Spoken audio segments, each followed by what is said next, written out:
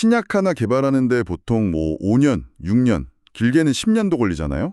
네, 맞습니다. 정말 오래 걸리는 과정이죠. 근데요, 만약에 이 기간을 단 9개월로 줄일 수 있다면 어떨까요? 와, 9개월요? 네. 오늘 저희가 깊이 파고들 자료들은 인공지능이 바로 이 불가능해 보였던 일을 현실로 만들고 있다는 걸 보여주고 있습니다. 심지어 제약업계의 가장 큰 영업 비밀이었던 데이터까지 공유하면서 말이죠. 맞아요?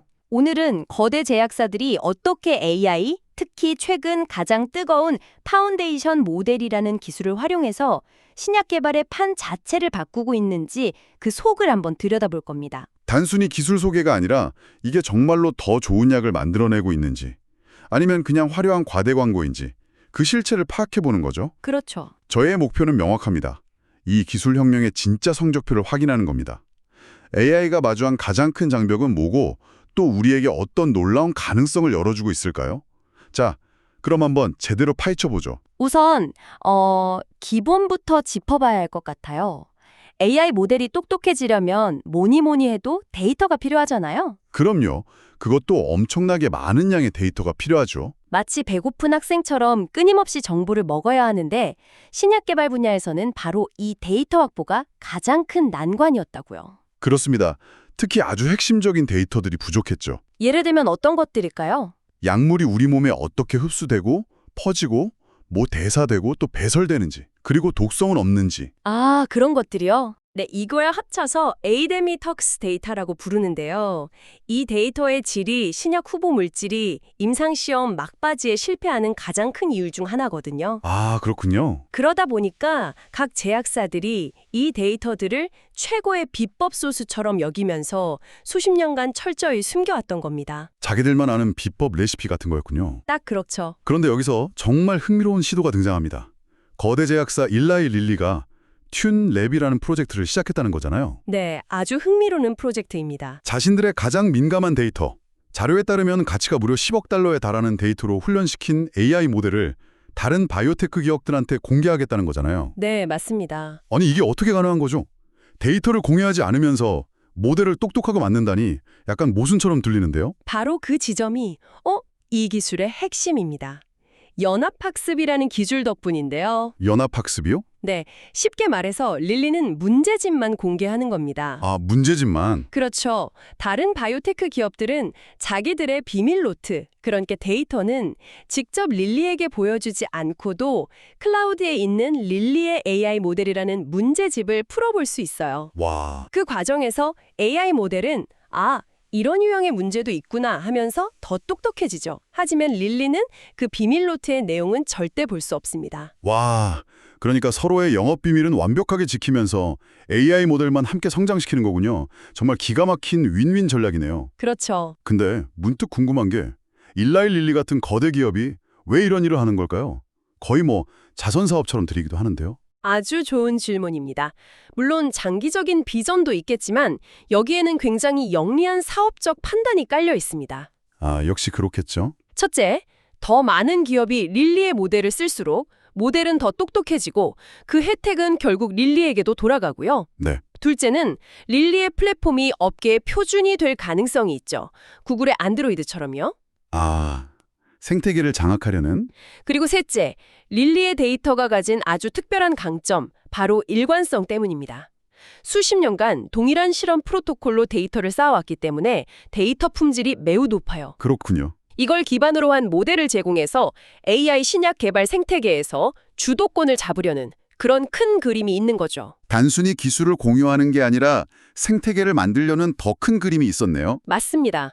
과거에도 멜로디 컨소시엄처럼 비슷한 시도가 있었어요. 아, 있었나요? 네, 10개 계약사가 모여서 데이터를 공유하려고 했는데 당시에는 기술이나 인프라가 부족해서 잠재력을 완전히 발휘하지 못했죠. 이제야 기술이 충분히 성숙해서 툰랩 같은 대규모 협력이 가능해진 겁니다. 알겠습니다. 기술적으로는 정말 대단한 발전이네요. 하지만 청취자분들이 가장 궁금해할 질문은 이거겠죠. 그래서 이 모든 기술이 정말로 더 좋은 약을 만들어내고 있나요? 그렇죠. 결국 결과로 보여줘야 하니까요. 현재 성적표는 어떻습니까? 성적표는 좀 복합적입니다. 복합적이요? 네, 먼저 좋은 소식부터 말씀드리면 일상 임상시험, 그러니까 인체 안전성 테스트에서 AI가 발굴한 약물들의 성공률은 80에서 90%에 달합니다. 와, 과거 전통적인 방식의 성공률이 한 40에서 60%였던 것에 비하면 거의 2배 가까이 높아진 거네요. 와, 그건 엄청난 발전인데요. 약이 사람에게 안전한지 아닌지를 예측하는 능력이 비약적으로 향상됐다는 뜻이잖아요. 정확합니다. AI가 약물의 독성이나 부작용을 훨씬 더 정교하게 예측하게 된 거죠. 하지만 진짜 어려운 관문은 그 다음입니다. 이상 임상시험. 이 약이 강마로 효과가 있는가를 검증하는 단계 말씀이시죠? 네, 바로 그 단계에서는 아직 압도적인 모습을 보여주지 못하고 있습니다. 최근 완료된 9개의 이상시험 중에 6개가 실패하고 3개만 성공해서 성공률이 약 33%에 그쳤어요. 잠깐만요. 33%면 그건 전통적인 방식이랑 비슷한 수준 아닌가요? 맞습니다. 그럼 이건 좀 실망스러운데요? 1단계 통과율이 아무리 높아져도 결국 가장 중요한 2단계에서 성공률이 그대로라면 이건 그냥 더 빨리 더 확실하게 실패하는 방법을 찾은 것 아닐까요? 와, 굉장히 날카로운 지적이십니다. 이게 정말 혁신이라고 할 수 있을까요? 업계에서도 바로 그 점을 가장 큰 숙제로 여기고 있죠. 하지만 몇 가지 고려할 점이 있습니다. 우선 아직 데이터 표본이 너무 적어서 결론을 내리기는 좀 이르고요. 네, 그리고 빨리 실패하는 것도 사실은 엄청난 가치가 있습니다. 신약 개발은 하나가 실패할 때마다 수천억 원이 사라지는 사업이거든요. 그렇죠. 실패할 약이라면 빨리 알아채는 것만으로도 막대한 비용과 시간을 절약하고 그 자원으로 다른 유망한 후보에 더 많은 기회를 줄 수 있게 되죠. 소위 사선골의 횟수를 늘리는 겁니다. 아, 실패의 비용을 줄여서 더 많은 도전을 가능하게 한다는 관점이군요. 그렇습니다. 그리고 인실리코 메디슨의 특발성 폐섬유증 치료제처럼 이상에서 긍정적인 결과를 보인 주목할 만한 성공 사례들도 분명히 나오고 있고요. 정리하자면 AI는 지금 이 약이 안전한가라는 질문에는 아주 훌륭한 답을 내놓고 있습니다. 하지만 이 약이 효과가 있는가라는 수십억 달짜리 질문에는 아직 답을 찾아가는 중이라고 볼 수 있죠. 알겠습니다. 약효 문제는 아직 숙제로 남아있지만 그래도 논란의 여지 없이 AI가 판도를 바꾸고 있는 분야가 있다고요? 바로 속도라고 들었습니다. 네, 여기가 정말 흥미로운 지점인데요. 네, 바로 시간의 혁명입니다. 시간의 혁명이요? 기존에 평균 5, 6년 걸리던 전임상, 그러니까 동물 실험까지의 개발 기간이 이제는 9개월에서 18개월까지로 극적으로 단축되고 있습니다. 6개월이요? 인하기레코 메디슨 같은 회사는 가장 오래 걸린 후보 물질이 18개월, 가장 짧은 건 9개월 만에 개발했다고 하니까요. 이암빅 테라퓨틱스라는 회사도 2년이 채 안 돼서 후보 물질을 일상 임상시험까지 진입시키고 있고요. 6년 걸리던 일이 1년 안에 끝난다니 이건 정말 산업의 패러다임을 바꾸는 수준인데요. 그럼 여기서 또 궁금한 점이 생깁니다. 이렇게 개발이 빨라지면 우리가 내는 약값도 좀 저렴해질 수 있을까요? 이론적으로는 가능성이 있습니다. 개발 기간 단축은 곧 비용 절감을 의미하니까요. 그렇죠. 하지만 신약 가격은 R&D 비용 외에도 마케팅, 특허, 보험 같은 복잡한 요인들이 얽혀 있어서 약값을 바로 내려갈 거라고 장담하기는 어렵습니다. 하지만 이 속도가 가져오는 더 본질적인 가치가 있습니다. 바로 이전에는 경제성이 없어서 시도조차 못했던 분야에 뛰어들 수 있게 된 거죠. 예를 들면 어떤 분야일까요? 대표적으로 희귀질환 분야입니다. 환자 수가 적어서 거대 제약사들이 투자를 꺼려왔잖아요. 하지만 AI로 개발 기간과 비용을 획기적으로 줄일 수 있다면 희귀질환 환자들에게도 새로운 희망이 생기는 겁니다. 그렇겠네요. 자료에 언급된 힐스라는 회사는 AI를 이용해서 기존 약물의 새로운 용도를 찾아내서 희귀암 치료 프로그램을 이상시험까지 빠르게 진척시켰어요. 이 회사 CEO가 다른 방법으로는 이 시간 내에 후보 약물을 찾는 것이 불가능했을 것이라고 단언합니다. 기술의 발전이 단순히 효율을 높이는 걸 넘어서 소외되었던 환자들에게 새로운 기회를 만들어주고 있군요. 정말 의미 있는 변화네요. 네, 그렇죠. 이런 변화를 이끄는 AI 기술 자체도 계속 진화하고 있다면서요. 파운데이션 모델이라는 게 요즘 대세라고요. 맞습니다. 이걸 쉽게 비유하자면 과거의 AI 모델들은 특정 질병 하나만 파고드는 전문의 같았어요. 전문의. 그런데 이 파우데이션 모델은 생물학, 화학, 임상 데이터, 의료 이미지 등 온갖 분야의 책을 모조리 읽어버린 종합병원 같은 AI라고 할 수 있습니다. 와, 종합병원이요? 네, 단편적인 지식이 아니라 분자 수준에서부터 환자에게 나타나는 증상까지 질병의 전체 그림을 연결해서 이해하고 거대한 질병 지도를 그려내는 거죠. 와, 생각만 해도 엄청나네요. 그냥 데이터를 분석하는 걸 넘어서 지식과 지식을 연결해 통찰을 얻는 단계로 가고 있는 거군요. 그렇죠. 다만 한 가지 경계할 점도 지적됩니다. 어떤 점이죠? 한 전문가는 이런 모델들이 가로등 아래에서 열쇠 찾기, 그러니까 이미 알려진 지식을 탐색하고 최적화하는 데는 뛰어나지만 완전히 새로운 미지의 영역을 개척하는 데는 한계가 있을 수 있다고 말합니다.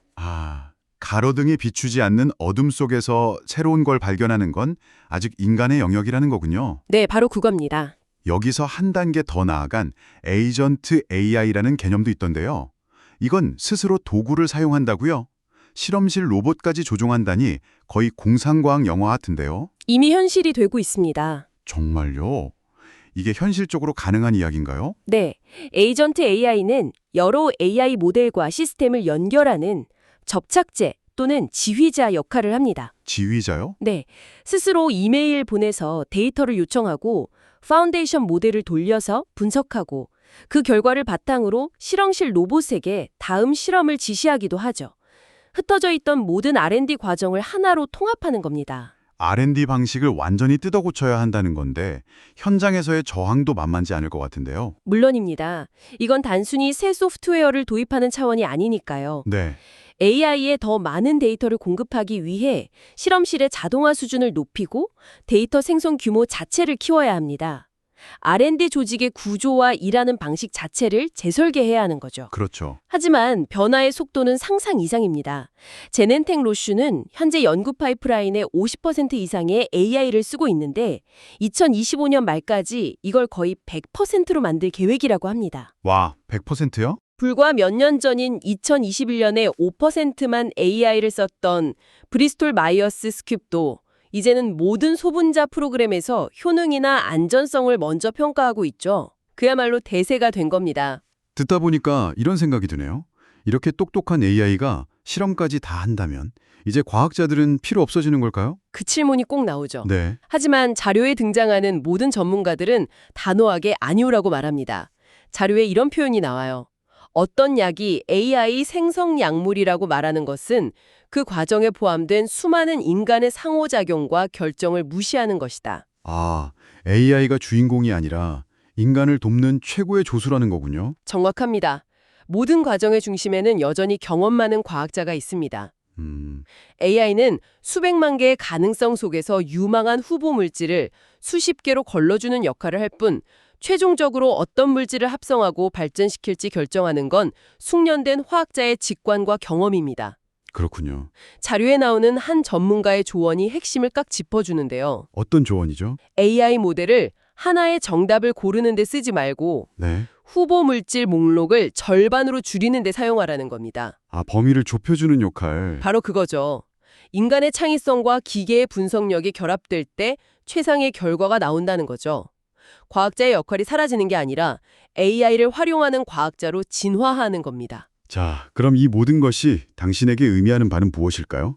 오늘 살펴본 것처럼 신약 개발 분야에서 거대한 지각 변동이 일어나고 있습니다. 네, 그렇습니다. AI가 아직 후기 임상 성공률이라는 가장 어려운 문제를 풀지는 못했지만 개발 초기 단계를 극적으로 가속화하면서 더 많은 기회를 만들어내고 있죠? 그리고 제약업계는 데이터를 독점하던 시대에서 벗어나 춘랩의 사례처럼 협력적인 모델로 나아가고 있고요. 맞습니다. 더 나아가 이는 신약 개발에 민주화를 가져올 수 있습니다. 한 전문가는 모델이 충분히 좋아지면 더 이상 연구를 위해 보스턴이나 샌프란시스코 같은 특정 바이오 허브에 있을 필요가 없어진다고 말합니다.